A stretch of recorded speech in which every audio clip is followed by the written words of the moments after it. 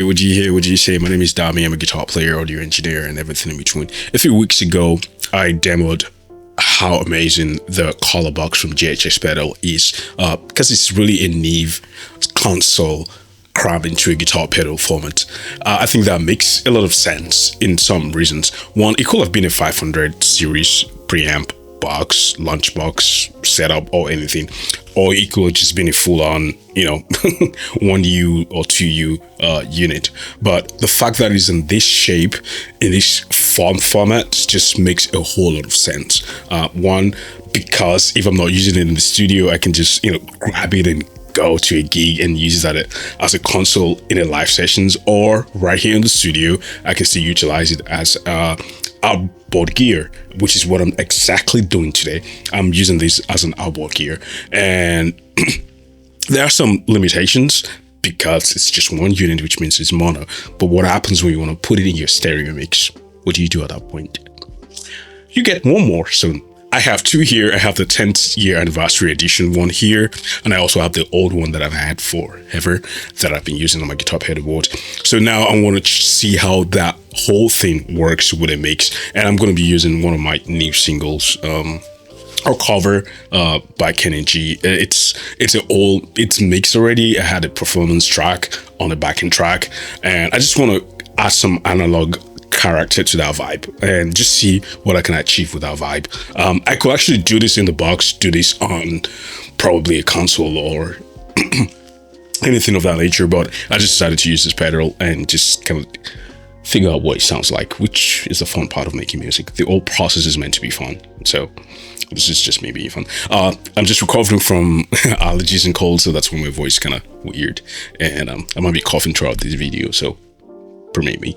My name is Dami. I do weird stuff like this. I'm a guitar player and an audio engineer, and I try to use the cheapest gear possible to get the best result in any way possible. And if you're into all that stuff, think of liking and subscribing or sharing the video with someone that would really appreciate it. Thank you. And let's get to the mix. I'm going to play the mix before they hit the NEVE console, which is the Color Box version 2, and after. I've dialed it in a little bit, but I'm going to set it all back to like 12 o'clock and kind of see what it sounds like, and then kind of tweak from there on, if that's okay. All right, peace. Let's go. For my setup, I need to explain what's going on here. Right now, I'm using the Antelope Audio Discrete 8 audio interface. It's not coming in focus. I don't know why. Discrete 8 is an 8 in. It's actually 32 in and 32 out, and I'm using one of the DC 4 cables to send my outputs into the Color Box version 2. I have two of them in pair here, stereo, left and right, and I have another unit going to my audio input here, 5 and 6, and I have the out coming in here, 5 and 6 as well. And one very important aspect of this whole process, to make this whole process work, ignore the plugin that you see on my screen. Those are just for my microphone, for voiceovers and all that good stuff. The main juice here is within Logic. There's a plugin within Logic that is called the IO plugin. So if you go to your utilities, you're going to see that plugin. It's called the IO plugin, and it looks something like this, and you can use this to route your IOs on Logic Pro. If you can see from my output here, I have 5 and 6 output and input 5 and 6. It just makes everything easier. It could be any number for your own setup and for your own audio interface. You can actually do this with a 4 unit or 4 in and 4 out audio interface. It's kind of the same principle. It's just going to be either your 1 and 2 or your 3 and 4 or your 3 and 4 and 3 and 4 input and output, depending on what you have. It could be your input 1 and input 2, or your output 1 and output 2. Either ways, they are very extremely similar, and it shouldn't be a big deal with you setting this up. It should be pretty easy setting your input and your output. I do want to recommend having that pad on the Color Box if you are using your monitors out. I'm using a line out, so I'm good. And you want to set your output to the instrument input. You have thing here that you just want to switch from XLR to instrument input. The XLR is meant for microphones, maybe your acoustic guitar or something like that. But when you send it a line input like you have from my audio interface, you want to make sure you select that instrument input, so that way you don't blow things up in your color box.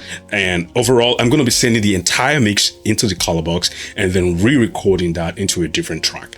And before I start recording, I'm going to take it to a place where I really like it, and once I get to where I like it, then I will start recording, and I'm going to walk you guys through all that process. So if you want to hear the finished result, I'm going to have links at the end of the video. You can check the links out and listen to the final result before and after. Okay, so that being said, that's my signal chain. It's pretty simple, pretty easy. And if you're wondering what I'm mounting these guys with, it's kind of weird. But I think I made a video previously on, using my regular phone, the MagSafe, and just sticking that at the back of my color box, and then having a MagSafe adapter here and just slap that on there. Hopefully this camera stays in focus. So that just makes my life easy. I can just peel it off and put it back in. It's totally MagSafe color box. If you guys want the link, I'll leave links in the description for you to get that. The top actually comes with those rings that you can stick at the back of any pedal. Most of my pedals right now have that color box thing in there, so yeah, you might just want to get that for your home studio setup. Since this is not a rack setup, it might just work for you guys that way. So that being said, let's listen to the track. Again, one more thing, the audio for this project will be recorded here on my Zoom R4. This is not a sponsored video whatsoever. It's just a good piece of gear that I own. And I got this cable from Teenage Engineering. It's a mono XLR cable, quarter-inch cable into a TRRS 3.5mm cable. So I can just send that audio that I'm hearing from my monitors into this and just record them stereo 32-bit float. It just makes my workflow easier, and it serves as some sort of backup for me when I'm recording. So you guys should get yourself one of these type of portable recorders. They will save you a lot of time and a lot of stress when you're recording or creating content like I am right now. So plug that into my headphone out, so I'm getting the best quality recording that I possibly can get, just as a backup. So that way when I need to bounce this, I don't have to depend on my recorded audio or my camera audio, which is what I'm using right now. I'm just recording straight into the camera just because I'm lazy and whatever. Okay, so this is what I have here. This is Logic on my screen, and this is the I/O that I explained earlier. It's just a plugin within your Logic. If you go to your settings, utility, you're going to see I/O, and you're just going to click stereo. In my case, you can use mono if you're using mono to record. So in my case, it is stereo, and I'm going to keep it that way. Now I have the color box both toned off. It's not on at all. So let me click and engage. I have power. I have my inputs and output set. Output is set to 5 and 6. I have the output coming in here, 5 and 6, and I have the inputs going back to my audio interface, 5 and 6, set here as 5 and 6 as well. That way, it's just easy for someone that's dumb as myself. So now this is total track. All I've just done here is some panning and some volume, and that's about it. So let's listen to the track without the color box engaged.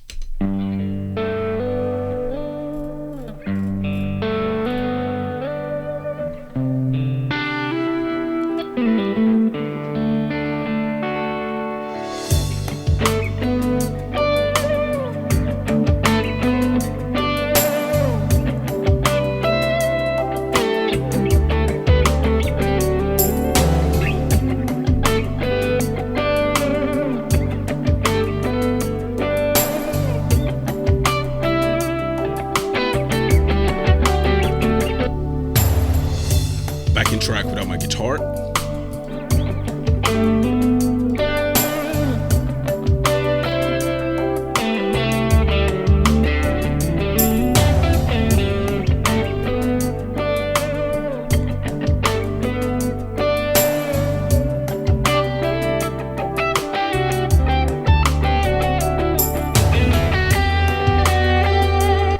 sounds good on its own, but the track doesn't sound bad. It sounds finished. It's okay. It's just a backing track, right?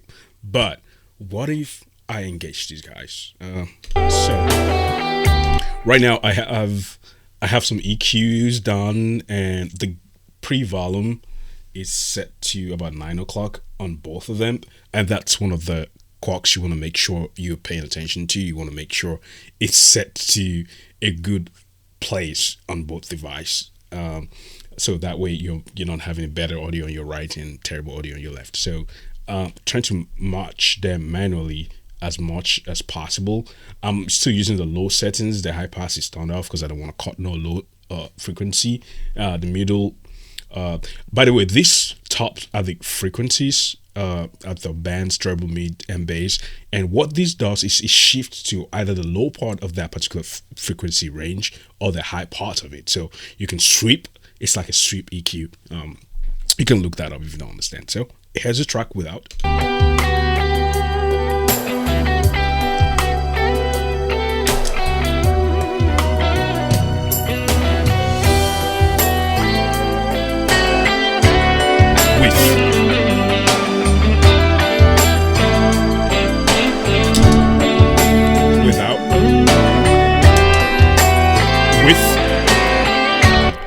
Now you already see it's already a little, a little too bright. So I'm just gonna set everything to 12 o'clock with the EQ, because and the step is on 2. I'm gonna step it back to 0, so that way you have an idea what's going on here. So I'm gonna set both. I'm gonna set these at around 3 o'clock and the other at 3 o'clock as well, and just kind of set this right here in the middle, just to make sure we have like a cool setup, if that makes sense. And here's a track with engaged, without engaged, and I can increase that volume with my master. You can already hear that clicky poppy sound, and I'm just going to turn that back down and just increase my pre-volume. Still not getting the bites that I want, so I'm just gonna step it up again. This is like the gain. It's already coming up. 2 steps is kind of too much, so let's take it back 1 step. Still leaving the master there. Setting this in the middle. I'm hearing some clipping.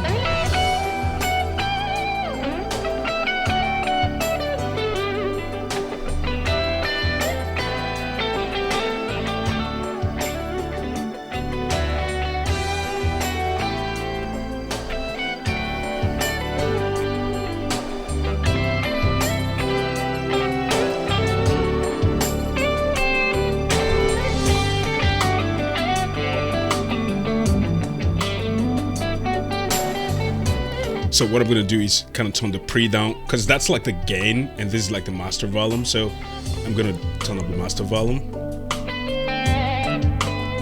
and then gradually bring up the pre volume, and you can already hear that crispiness and that magic there. Now it's no longer clipping, so because this serves as some sort of gain and this is your volume. So I'm just gonna drop the gain just like you have it on your guitar, just kind of back down the gain a little bit. Start the track again from the top.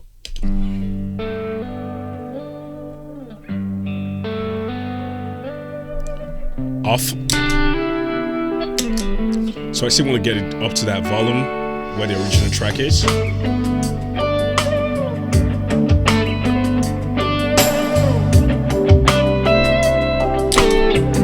Off.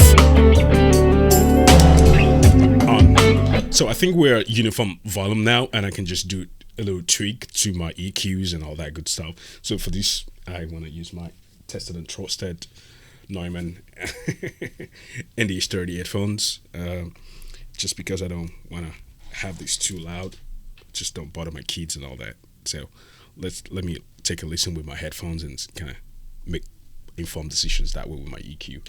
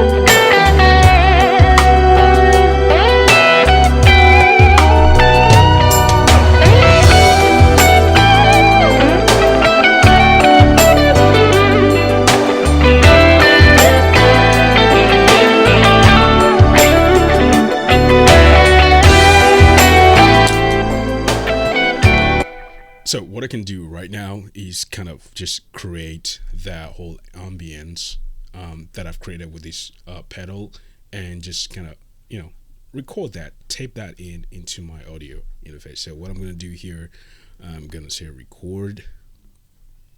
I'm going to create another channel. I'm going to create stereo input 5 and 6, which is what is coming out from the color box, and I'm going to click create. And if I come here, I'm going to see it's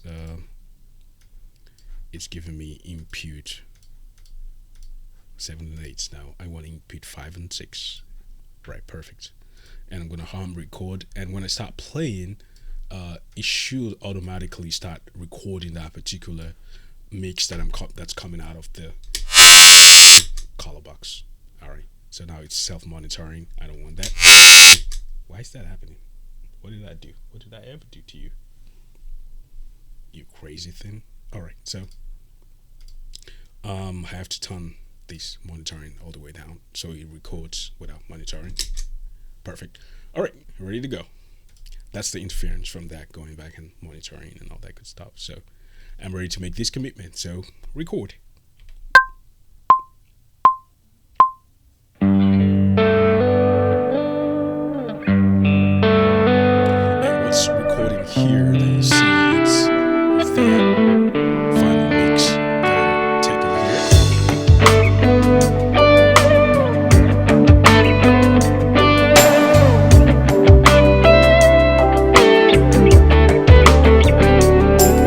And yeah, this should be the process.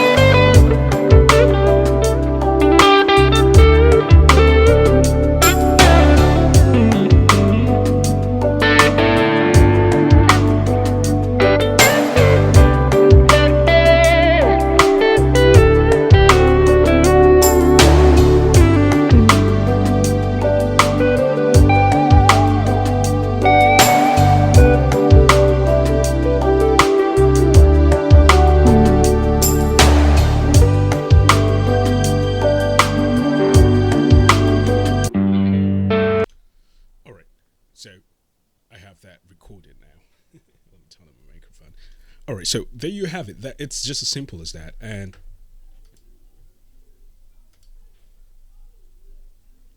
if I want to pull that up, I can actually put it up and just kind of listen to it without causing anything crazy over here.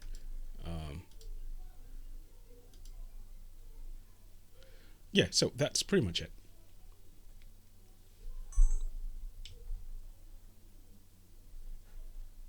Big question is it worth it? Because if you're looking at these, this is almost $1,000 in gear.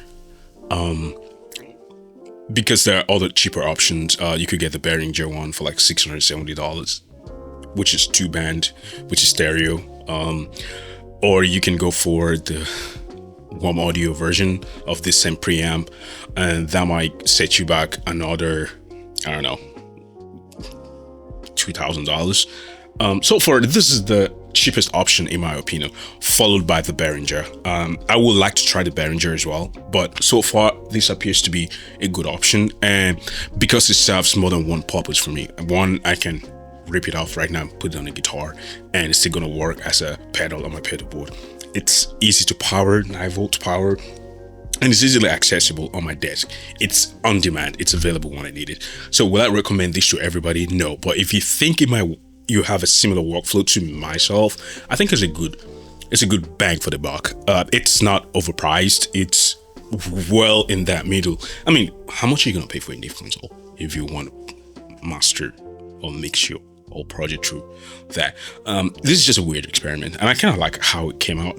I'm going to leave the sample files for both the one with the analog inserts and the one without, and you just be the judge based on your hearing capabilities. Please use headphones so you can actually hear all the details and all the nuances. My name is Dami, and on this channel I do weird stuff like this. If that's your vibe, you're welcome to subscribe and join the team.